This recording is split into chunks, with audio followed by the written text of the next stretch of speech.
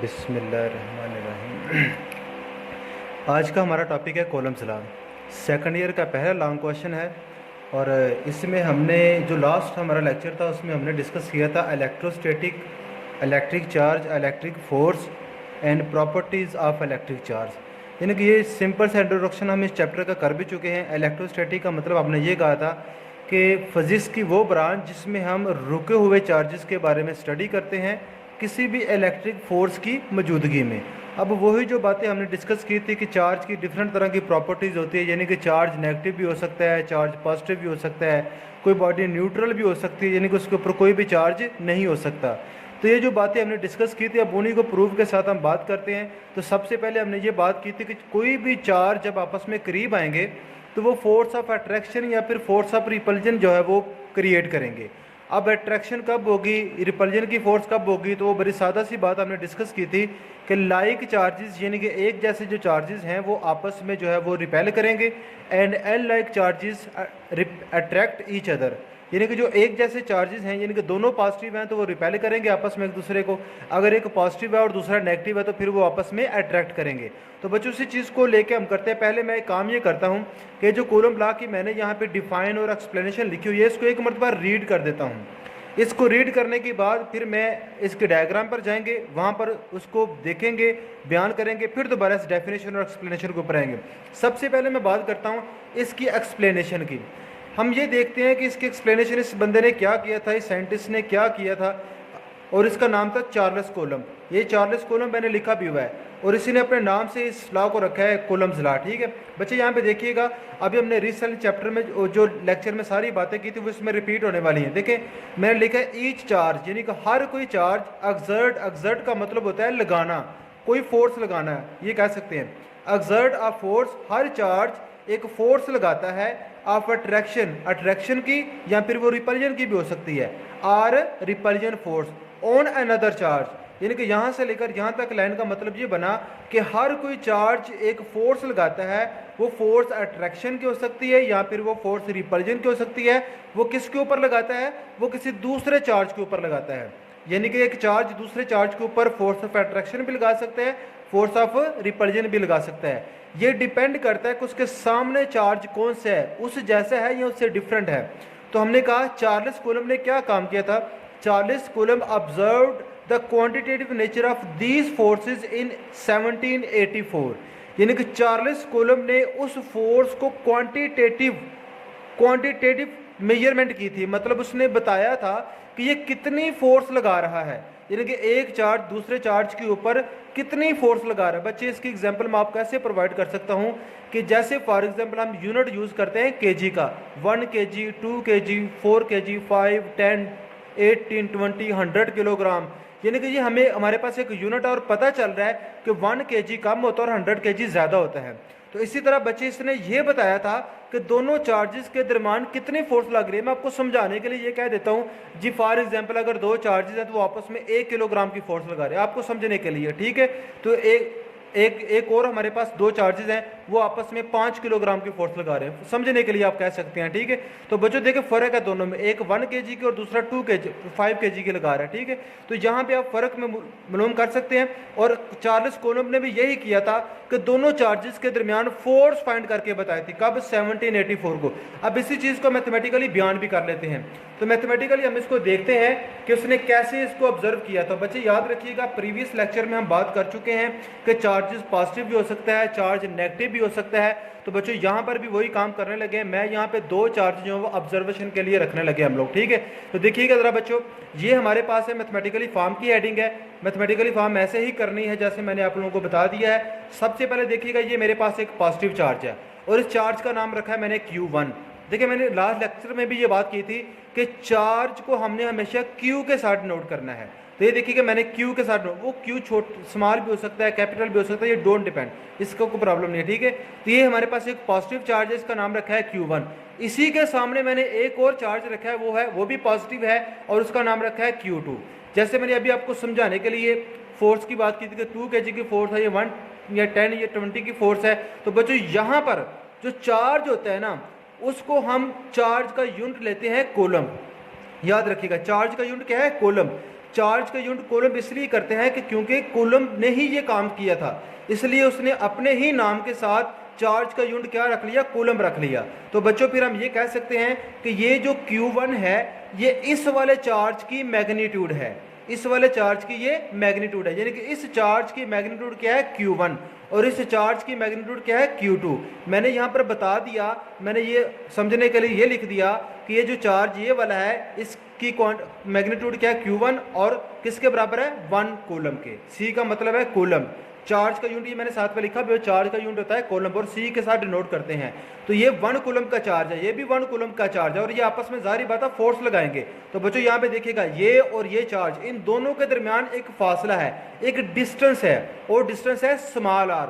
और नीचे मैंने लिख भी दिया है Q1 and Q2 are magnitude of charges, यानी कि यहाँ पर Q1 और Q2 इन चार्जेस की मैग्नीट्यूड्स हैं। लिख लिया Q1 and Q2 are magnitude of charges, और ये जो r है स्मॉल r लिखा हुआ है ये इन दोनों चार्जेस के दरमियान स्मॉल डिस्टेंस है। तो नीचे लिख लिया मैंने r is distance between charges, यानी कि जो स्मॉल r है इन दोनों चार्जेस के दरमियान ये डिस्टेंस है। अब हमने ये देखना है कि जाहिर बात है ये दोनों चार्जेस हैं, यहाँ पर मैंने ये अनलाइक चार्जेस रखे हैं एक जैसे, और आपको पता है कि लाइक चार्जेस कौन सी फोर्स क्रिएट करते हैं, ये फोर्स ऑफ रिपल्जन क्रिएट करते हैं। तो जाहिर बात है इन दोनों के दरमियान कुछ ना कुछ फोर्स तो क्रिएट हो रही है।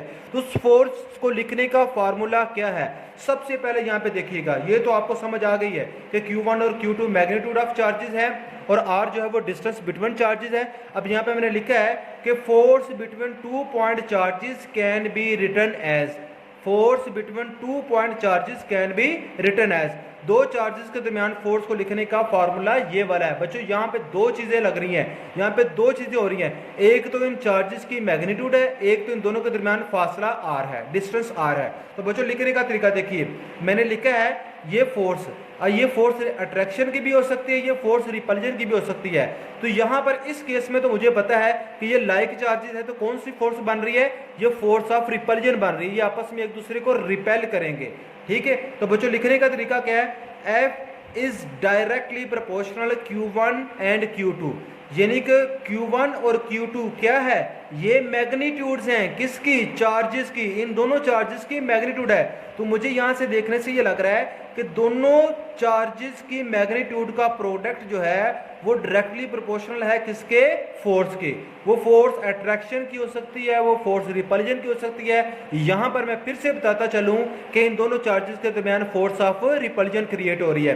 तो बच्चों देखिएगा जरा, इन दोनों चार्जेस की मैग्नीट्यूड के प्रोडक्ट के डायरेक्टली प्रोपोर्शनल ये हमारे पास बनने वाली इलेक्ट्रिक फोर्स। अब डिस्टेंस के क्या बनेगी, तो बच्चों नीचे देखिए मैंने लिखा हुआ है F is directly proportional 1/r²। मतलब ये हुआ कि ये इन दोनों चार्जेस की मैग्नीट्यूड के प्रोडक्ट के डायरेक्टली प्रोपोर्शनल है, लेकिन जो इनके दरमियान डिस्टेंस है उसके ये स्केयर के इनवर्सली प्रोपोर्शनल है। यानी कि ये जो हमारे पास इलेक्ट्रिक फोर्स बन रही है वो चार्जेस के मैग्नीट्यूड के प्रोडक्ट के बराबर होती है, यानी कि डायरेक्टली होती है, और जो उनके दरमियान डिस्टेंस होता है उसके ये इनवर्सली प्रोपोर्शनल होती है, लेकिन डिस्टेंस के स्क्वायर के इनवर्सली प्रोपोर्शनल होती है, याद रखिएगा। अब इसी चीज को मैं जो है वो डेफिनेशन के साथ बयान कर देता हूं। तो डेफिनेशन में बच्चों याद रखिएगा यही चीज बयान करनी है। इस डेफिनेशन के दो पॉइंट बनेंगे हमारे पास। पहला पॉइंट कौन सा है, ये वाला, यानी कि डेफिनेशन का पहला पार्ट ये बनेगा, दूसरा पार्ट ये बनेगा।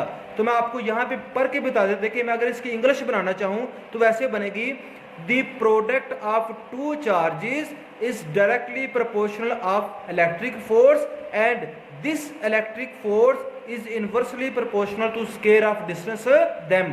तो बच्चों ये देखिएगा, इसी चीज को अगर डेफिनेशन में बयान करें तो बच्चों जो मैथमेटिकली फॉर्म में हमने पढ़ा वही इस डेफिनेशन में वाज़ह तौर पे लिखा हुआ है। क्या लिखा है देखिएगा जरा, the force of attraction between 2 point charges. बच्चे यहां पर हम पॉइंट चार्जेस लेते हैं, ठीक है, क्योंकि जो कूलम्स लॉ है वो सिर्फ और सिर्फ पॉइंट चार्जेस के ऊपर एप्लीकेबल है, वो लार्ज चार्जेस के ऊपर एप्लीकेबल नहीं होगा, वो सिर्फ और सिर्फ पॉइंट चार्जेस के ऊपर एप्लीकेबल है। ये बड़ा इंपॉर्टेंट एमसीक्यूज है। और पॉइंट चार्जेस ऐसे चार्जेस होते हैं जिनकी डायमेंशन जीरो होती है, जो जीरो डायमेंशन रखते हैं, इनके बहुत टिनी पार्टिकल, बहुत छोटे से हमारे पास जो चार्ज होते हैं उनको हम ये कहते हैं पॉइंट चार्जेस। तो देखिएगा जरा, the force of attraction between 2 point charges is directly proportional. बच्चे ये देखो मैंने ऊपर भी लिखा हुआ समझने के लिए इसी चीज को, F is directly proportional product of magnitude of charges। देखिए the force of attraction between 2 point charges is directly proportional to the product of magnitude। यानी कि उन मैग्नीट्यूड के प्रोडक्ट के ये डायरेक्टली प्रोपोर्शनल होगी। और दूसरा पॉइंट क्या है, एंड इनवर्सली प्रोपोर्शनल, और इनवर्सली प्रोपोर्शनल है किसके, to the square of distance them. बच्चों ये वाली बात, यही force F is inversely proportional 1/r square, यही बात लिखी है, and inversely proportional to the square of distance between them, ये वाली बात। ठीक है, तो एक ये वाला पॉइंट ऊपर वाला, ये नीचे वाला, ये वाला। तो इसी डेफिनेशन को हम ऐसे भी याद कर सकते हैं इसी मैथमेटिकली फॉर्म से कि ये जो हमारे पास डिफाइन है कूलम्ब लॉ की, ये डेफिनेशन है। तो बच्चों ये हमारे पास जो इसकी डेफिनेशन को जो हम लोगों ने डिटेल में देख लिया। इसी तरह आगे हम देखेंगे इसके बारे में दोबारा से, आगे से फिर उसी पॉइंट पे दोबारा चलते हैं जहाँ से हमने छोड़ा। तो बच्चे यहाँ तक तो आप लोगों को समझ आ गई होगी कि ये हमारे पास दो इक्वेशंस बन रही है, दो मसावतें बन रही हैं। अब इन दोनों को कंबाइन करके लिखते हैं। तो बच्चों देखिएगा ज़रा, कंबाइन 1 एंड 2, इन दोनों को कंबाइन करते हैं। जब कंबाइन करेंगे तो इधर भी इलेक्ट्रिक फोर्स है, इधर भी इलेक्ट्रिक फोर्स है, तो फोर्स को एक बार ही लिख लेंगे और साइन ऑफ प्रोपोर्शनलिटी लगा देंगे। Q1 Q2 इसके सामने लिखा है फोर्स को, उसको वैसे लिख देंगे। R जो है R का स्क्वायर वो इन्वर्स ले तो उसको नीचे लिख लेंगे। तो यहाँ पे देखिएगा कंबाइन करके लिखा, तो F inverse F sign of proportionality is equal to Q1 Q2 over R square. तो बच्चों आप लोगों को पता है पार्ट 1 में भी हमने बड़ा डिस्कस किया हुआ चीज़ को कि जब भी हम साइन ऑफ प्रोपोर्शनलिटी खत्म करते हैं तो एक इक्वल का साइन लगता है और एक साथ में कांस्टेंट लगता है। तो बच्चों यहाँ पर जो हमारे पास कांस्टेंट है उसको हम K लिखेंगे, बाकी ये इसको कांस्टेंट लिखा साथ में Q1 Q2 over R square हो गया। वैसे का वैसे इस कांस्टेंट की जगह हम लोगों ने लिख लिया K और ये बन गया Q1 Q2 over R square. अब यहाँ पे हम ये कह सकते हैं कि ये जो K है इसको क्या कहेंगे, ये साथ में मैंने नोट का पॉइंट बना के लिख लिया है कि ये जो K है, here K is called electrostatic constant. ये एक बड़ा अहम एमसीक्यूज है, हमने लिखा here K is called electrostatic constant. इस K को हम कहते हैं इलेक्ट्रोस्टैटिक कांस्टेंट, या इसका दूसरा नाम है कूलम्ब कांस्टेंट, क्योंकि कूलम्ब ने इसको फाइंड किया था, इसको इसलिए हम कूलम्ब कांस्टेंट भी कह सकते हैं। इसी तरह एक और एमसीक्यू यहाँ पे नीचे मैंने लिखा हुआ है, वो भी मैंने पीछे डेफिनेशन में भी उसको बयान किया है कि coulomb law apply only on point charges, ये सिर्फ और सिर्फ पॉइंट चार्जेस के ऊपर एप्लीकेबल है। अब देखिएगा जरा, ये दोबारा इधर आ जाए, F equal to K Q1 Q2 over R square. तो K की वैल्यू बच्चों यहाँ पे है 1/4 एप्सिलॉन नॉट, यानी कि K को हम 1/4 एप्सिलॉन नॉट के बराबर करते हैं। जब हम इसके आगे बार वेक्टर फॉर्म करेंगे तो वहाँ पर हम इसको एप्सिलॉन नॉट को भी मजीद डिस्कस करेंगे, इसकी वैल्यू को भी डिस्कस करेंगे मजीद। तो बच्चों यहाँ पे देखिएगा, ये एप्सिलॉन नॉट को मैंने थोड़ा सा बयान किया है, ये एप्सिलॉन नॉट इसको लिखना है ऐसे करके EPSILON एप्सिलॉन नॉट NAUGHT। बच्चे ये जो लिखा है ना जीरो, ये NOT वाला नॉट नहीं है, ये NAUGHT वाला नॉट है। इस नॉट का मतलब होता है कुछ भी नहीं, यानी कि आप ये कह सकते हैं कि ये दो चार्जेस जो हमारे पास मौजूद है, इन दोनों चार्जेस के दरमियान बच्चों कोई मटेरियल भी हो सकता है। जैसे बचपन में अक्सर हम लोग एग्जाम्पल के लिए समझने के लिए कह सकते हैं कि हम अक्सर क्या करते थे, हमारे पास दो मकनातीस होते थे, तो दो मकनातीस हम कैसे करते थे कि एक मकनातीस को टेबल के नीचे रख लें और एक को ऊपर रख लें, ऐसे करते थे बाज़ दफ़ा, और वो आपस में फिर भी अटैच होता था, लेकिन दरमियान में वुड होती थी, लकड़ी होती थी, या ऐसे करते थे एक को पेज के नीचे रखते थे, एक को पेज के ऊपर रखते थे, ठीक है, तो फिर भी वो मकनातीस आपस में अटैच होते थे। यानी कि आप यहाँ पे ये कह सकते हैं कि यहाँ पर जो मीडियम था दोनों मकनातीस के दरमियान, एक मरतबा वुड रख लिया हम लोगों ने, एक मरतबा पेज रख लिया, कागज रख लिया। तो बच्चों इसी तरह इन चार्जेस के दरमियान कोई भी मटेरियल भी हो सकता है या नहीं भी हो सकता। तो जब कोई भी इनके दरमियान मटेरियल नहीं होगा तो फिर हम जो है वो K की वैल्यू 1/4 एप्सिलॉन नॉट रखेंगे। यहाँ पे मैंने बता दिया कि एप्सिलॉन नॉट का मतलब कुछ भी नहीं। जब कोई भी मटेरियल इन चार्जेस के दरमियान नहीं होगा, कोई भी मीडियम यहाँ पे नहीं होगा, तो बच्चों फिर K का फार्मूला ये पुट करेंगे। अगर इनके दरमियान हम कोई मीडियम रखें, यानी कि मीडियम एयर भी हो सकती है, वैक्यूम भी हो सकती है, यानी कि बहुत सारे हमारे पास जो आपकी बुक के ऊपर टेबल बना हुआ है बकायदा, वहाँ से देख सकते हैं कि कौन कौन से मटेरियल हो सकते हैं। तो कोई भी मटेरियल और उन मटेरियल के साथ उसकी वैल्यूज भी लिखी हुई हैं, तो बच्चों फिर हम यहाँ पे एप्सिलॉन नॉट नहीं लिखेंगे, फिर वहाँ पर एप्सिलॉन की जगह कुछ और आएगा, वो आगे उसको हम लोग बयान भी करेंगे। तो बच्चों फिर K की जगह हम लोग यहाँ पे 1/4 एप्सिलॉन नॉट पुट कर सकते हैं। तो F यहाँ पे वैसे का वैसे लगा दिए, इक्वली वैसे का वैसे लग गया, और यहाँ पे देखिए ये F वैसे का वैसे इक्वल भी ऐसे का वैसे ही, और के जो हमारे पास है इसकी जगह हमने पुट कर दिया 1/4 पाई एप्सिलॉन नॉट, इसकी जगह 1/4 पाई एप्सिलॉन पुट किया, और Q1 Q2 over are square ये वैसे ही बना, और ये हमारे पास फोर्स का फॉर्मूला बन गया। ये फोर्स ऑफ अट्रैक्शन भी हो सकती है, ये फोर्स ऑफ रिपल्जन भी हो सकती है। बच्चे याद रखिएगा ये एक जनरल फार्मूला है, और ये जनरल फार्मूला किसके लिए है? ये है उसके लिए यानी कि जब दोनों चार्जेस के दरमियान कोई भी मटेरियल नहीं होगा, क्योंकि ये हमें एप्सिलॉन नॉट बता रहा है कि इनके दरमियान कुछ भी नहीं है, यानी कि फ्री स्पेस है, वैक्यूम है, वैक्यूम को भी फ्री स्पेस ही कहते हैं। और ये हमारे पास एप्सिलॉन नॉट यानी कि फ्री स्पेस के लिए इस इलेक्ट्रोस्टैटिक का फार्मूला ये वाला है। जब कोई मीडियम रखेंगे तब उसकी वैल्यू हमारे पास जो है वो उस तरह होगी, और उसका फार्मूला थोड़ा सा चेंज हो जाएगा, यानी कि एप्सिलॉन नॉट की जगह हमारे पास कोई और चीज़ यहाँ पर आ जाएगी। तो बच्चों अब ये के किन किन चीज़ों के ऊपर डिपेंड कर सकता है, क्योंकि इसका बहुत अहम रोल है, ठीक है, क्योंकि इसके फार्मूले में के फार्मूले में एप्सिलॉन नॉट आ रहा है। सारी बात है जब कोई मीडियम आएगा तो फिर एप्सिलॉन नॉट की जगह कोई और चीज़ आएगी, ठीक है। और ये देखिए ये एप्सिलॉन नॉट के इन्वर्सली प्रोपोर्शनल है यहाँ पे, ठीक है। तो इसके लिए हम कह सकते हैं कि इस के की वैल्यू को बहुत इंपॉर्टेंस दी जाती है, ठीक है। तो ये के किस किस चीज़ के ऊपर डिपेंड करता है, तो बच्चों देखिएगा ज़रा, ये के दो चीज़ों के ऊपर मेनली डिपेंड करता है। के depend on nature of medium, ये नेचर ऑफ मीडियम के ऊपर डिपेंड करता है कि कौन सा मीडियम आपने चार्जेस के दरमियान रखा है। वो मैंने कहा एयर भी हो सकती है, वो मैं समझाने के लिए मैंने वुड की एग्जांपल दी, मैंने पेज की एग्जांपल दी, ठीक है।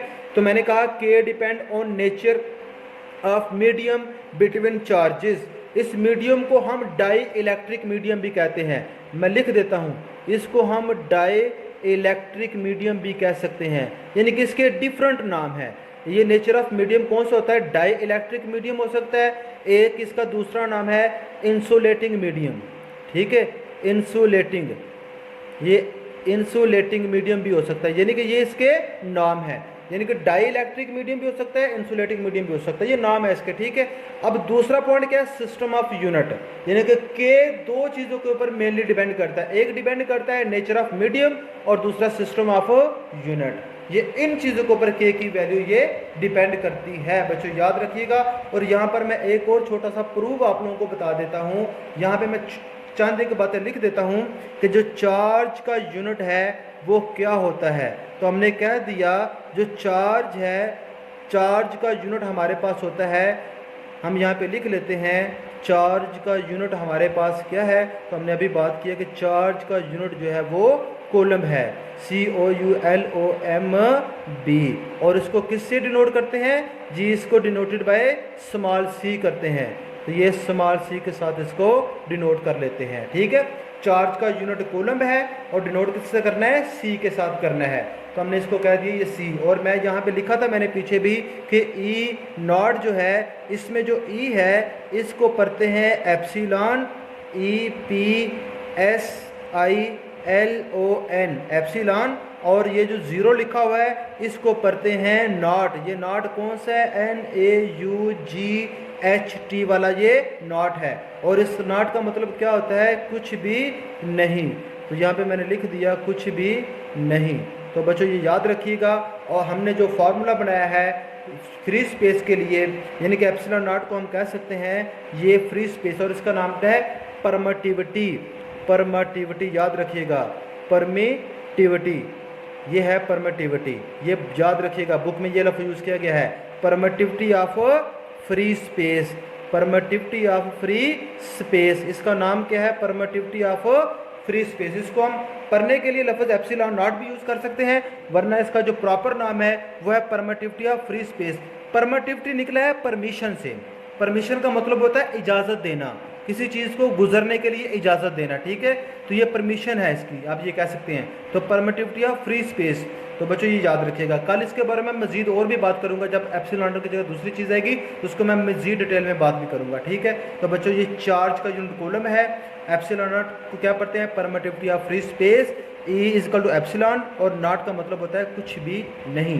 तो बच्चों ये सिंपल था हमारे पास कूलम लॉ, और कूलम लॉ के बारे में हमने अभी ये सिर्फ हाफ लेक्चर है, इसके बाद बाकी जो रिमेनिंग इसका पार्ट है वो इंशाल्लाह ताला हम लोग जो है वो कल वाले लेक्चर में डिस्कस करेंगे, और बल्कि सवाल को दूसरे लेक्चर में ख़त्म करने की कोशिश भी करेंगे।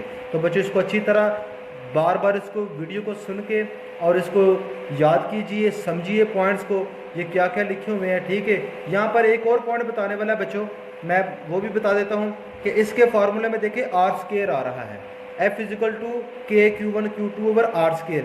यहाँ पे सिंपल आर क्यों नहीं लिया गया, या आर क्यूब नहीं रखा, आर की पावर 4 क्यों नहीं रखा, आर की पावर 5 क्यों नहीं रखा, ये आर स्केयर ही क्यों रखा है। तो बच्चों मैं आप लोगों को एक चीज़ बता दूं कि आप लोगों ने 9th क्लास 10th में भी पढ़ा हुआ है, और यहाँ पर भी आप लोगों ने 11th क्लास में भी डिस्कस किया था कि ये ग्रेविटेशनल फोर्स का फार्मूला है। ग्रेविटेशनल फोर्स का फार्मूला आप लोगों ने ये पढ़ा हुआ है, ग्रेविटेशनल फोर्स, ठीक है बच्चों। तो ग्रेविटेशनल फोर्स का फार्मूला आपने ये पढ़ा था, G m1 m2 over R square, ये m मैस अर्थ का और मून का, ठीक है, और ये आर स्केयर अर्थ और मून के दरमियान जो हमारे पास डिस्टेंस है। यहाँ पर भी देखिएगा सारा फार्मूला वही है। अगर मैं इलेक्ट्रिक फोर्स का फार्मूला लिखूँ तो फिजिकल टू के Q1 Q2 over R square है। देखिए इसमें क्या है, फोर्स तो वही है, लेकिन के की जगह क्या आ गया, जी आ गया। ये देखिएगा जरा, के की जगह सिर्फ रिप्लेस हुआ है जी, और यहाँ पर देखिएगा जरा Q1 Q2 की जगह क्या आ गया, M1 M2 आ गया, और आर स्केयर की जगह आर स्केयर ही है, यानी कि ये दोनों फोर्सेस एक जैसी हैं तकरीबन, ठीक है। हाँ, फर्क सिर्फ इतना है कि इलेक्ट्रिक फोर्स रिपल्जन की भी हो सकती है, अट्रैक्शन की भी हो सकती है, लेकिन जो ग्रेविटेशनल फोर्स है वो हमेशा अट्रैक्शन की होगी, वो रिपल्जन की नहीं होगी। Moon and earth always attract each other, not repel each other, ठीक है। तो बच्चों ये याद रखिएगा, दोनों फार्मूले सेम है। तो यहाँ पर मैंने लिखा है inverse square law, inverse square law लिखा है मैंने यहाँ पर बच्चों, ठीक है। तो ये दोनों फोर्सेस, एक हमारे पास लॉ है उसको कहते हैं इनवर्स स्क्वायर लॉ। स्क्वायर देखिए, लफ्ज़ स्क्वायर लिखा है, इधर भी स्क्वायर है, इधर भी स्क्वायर है, ठीक है। तो ये दोनों फोर्सेस इनवर्स स्क्वायर लॉ को फॉलो करती हैं, ठीक है, याद रखना। ये भी एक एमसीक्यूज है कि इलेक्ट्रिक फोर्स और ग्रेविटेशनल फोर्स, ये दोनों की दोनों जो हैं वो कौन से लॉ को फॉलो करती हैं, इनवर्स स्क्वायर लॉ को फॉलो करती हैं। तो इंशाल्लाह मैं कोशिश करूंगा कि नेक्स्ट लेक्चर में जो है वो इसकी बहुत डिटेल में जाके भी बात की जाए, ठीक है। वो आपके सारी की सारी चीज़ें नॉलेज के लिए होंगी, और इंशाल्लाह नेक्स्ट लेक्चर तक खुदा हाफिज़।